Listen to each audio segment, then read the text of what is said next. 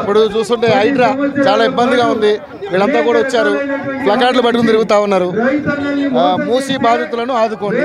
Okay, so ఏంటి నిజంగా వీళ్ళ పక్షాన ఏ విధంగా ఉండబోతుంది?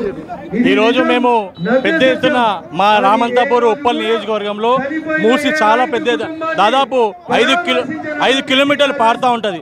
దాని చుట్టూన్నటువంటి దాదాపు 1000 ఇళ్ళు కోల్పోతా ఉన్నారు. నేను అడుగుతా ఉన్నాను రేవంత్ రెడ్డి గారిని, నీకు మూసి సుందరీకరణ చేయాలనుకుంటే ఫస్ట్ మంచినీళ్లు పారే విధంగా సుందరీకరణ చేయడానికి ఆలోచన చేయాలి తప్ప ఈరోజు బడుగు బలిగిన వర్గాల యొక్క ఇండ్లని కూల్చోడానికి ప్రయత్నం చేస్తే వాళ్ళ నడ్డి విరుస్తున్న ఈరోజు మేము హెచ్చరిస్తా ఉన్నాం. భారతీయ జనతా పార్టీగా నీ నడ్డి విరిచేంత వరకు కూడా భారతీయ జనతా పార్టీ వెనక్కిపోదు. హైడ్రా అనే ఒక హై డ్రామా చేస్తూ ఉన్నారు ఈరోజు. హైడ్రా అనేది ఒక డ్రామా. ఎందుకంటే గతంలో అయ్యప్ప సొసైటీలో కేసీఆర్ సొసైటీ ఎట్లా కూలగొట్టి పెద్ద వంశీరామ్ బిల్డర్స్ని కానీ లేకపోతే మైవం బిల్డర్స్ వాళ్ళందరినీ ఎట్లా దగ్గర తీసుకుంటో ఈరోజు రేవంత్ రెడ్డి కూడా అక్కడ కూర్చొని వాళ్ళ అన్నదమ్ములంతా కూడా కోట్లలో వసూలు చేస్తూ ఉన్నారు. హైడ్రా ద్వారా ఇల్లులు కూలగొట్టని తెలియజేస్తా ఉన్నాను. మూసి సుందరీకరణ చేయి. చెరువుల మీద ఆలోచన ఉంటే 50 చెరువులలో డ్రైనేజ్ నీళ్లు రాకుండా చూడు. చెరువులను సంరక్షణ చేయి, తప్పులేదు. కానీ పేద బడుగు బలహీన వర్గాలైన ఇళ్ళని పలగొడితే ఒక అమ్మాయి అడుగుతున్నాను, అన్నా నేను 8 నెలలు ఉన్నా, వచ్చే నెల నేను డెలివరీ అవుతా, నాకు ఇల్లు లేకపోతే నేను ఏడబెట్టాలి, నా బిడ్డను ఏడబెట్టాలని అడుగుతా ఉంది. ఇలా అనేక సమస్యలు ఉన్నాయి. ఈరోజు నువ్వు అపార్ట్మెంట్లో కడుతున్నటువంటి అపార్ట్మెంట్ కూలగొడితే వాళ్ళు మార్టిగేజ్ చేసి ఇల్లు కొనుక్కున్నారు, వాళ్ళు లోన్ ఎవరికి కట్టాలి, ఏం చేయాలని అడుగుతా ఉన్నారు. కాబట్టి దయచేసి హైడ్రా కానీ అదేవిధంగా ఇక్కడ ఉన్నటువంటి మూసీ కానీ వీళ్ళందరూ కూడా ఒక చట్టం చేస్తున్నప్పుడు ప్రజలకు పాల్పడుతున్నటువంటి బాధలు ఏంటివి అవన్నీ ఆలోచించాల్సిన అవసరం ఉందని చెప్పి తెలియజేస్తా ఉన్నాను. కానీ నిజంగానే బీజేపీ కొంతమంది సపోర్ట్ చేస్తున్నారు, కొంతమంది దాన్ని వ్యతిరేకిస్తా ఉన్నారు. ఈటల రాజేందర్ గారు పూర్తిగా వ్యతిరేకిస్తా ఉన్నారు. ఆయన ధర్నా కూడా దిగారు. సో ఏంటి మరి పేదల పక్షాన ఈటల రాజేందర్ గారు ఎప్పుడు కూడా పేదల పక్షపాతిగా వారికి ముద్ర ఉంది. 24/7 వారు రాజకీయాలలో ఉంటారు, ప్రజల పక్షాన ఉంటారు. కాబట్టి భారతీయ జనతా పార్టీ స్టాండే ప్రతి కార్యకర్త స్టాండ్ ఉంటుంది. అక్కడ ఏ నాయకుడిది వ్యక్తిగతం ఉండదు. పైన కేంద్రం ఏం చెప్తుంది, కింద రాష్ట్ర మా అధ్యక్షుడు కిషన్ రెడ్డి ఏం చెప్తుండ్రో అదే మేము అందరం పాటిస్తాము.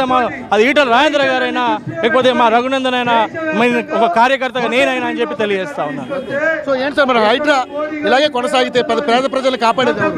గతంలో కాంగ్రెస్ పార్టీకి 2 కార్పొరేట్ సీట్లు వచ్చినాయి, ఈసారి అవి కూడా రావు. పేద ప్రజలకి బరాబర్ మేము వాళ్ళకి ప్రాణాలు అడ్డం పెట్టైనా వాళ్ళ సమస్యను కాపాడడానికి భారతీయ జనతా పార్టీ ఉంది. ఇది 100% FTL బఫర్ జోన్ అని చెప్తా ఉన్నారు. అసలు FTL నేను ఒక క్వశ్చన్ అడుగుతున్నా, మీరు ఇది తప్పకుండా మీరు ప్రచురించాలి. FTL అంటే ఫుల్ ట్యాంక్ లెవెల్. 20 సంవత్సరాల నుంచి చెరువులో ఉన్నటువంటి పూడిక తీయకపోతే ట్యాంక్ లెవెల్ పెరుగుతుందా తగ్గుతుందా అర్థం చేసుకోండి. వర్షం పడుతున్నప్పుడు ప్రతిసారి మట్టి వస్తుంది, జమ అవుతుంది.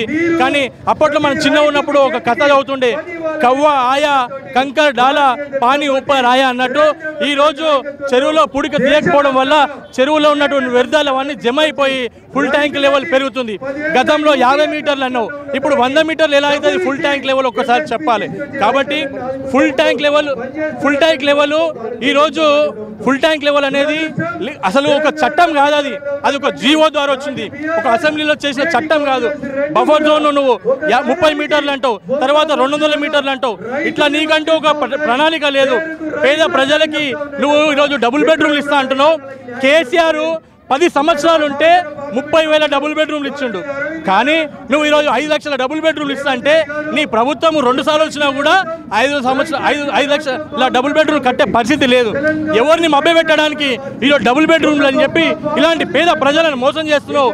ఒక సైకో రాజకీయ నాయకుడు, ఒక రియల్ ఎస్టేట్ బ్రోకర్ కాబట్టి ఈరోజు రియల్ ఎస్టేట్ గానే ఆలోచించుకుంటూ ఈ ఇళ్లను పడగొడుతుండు.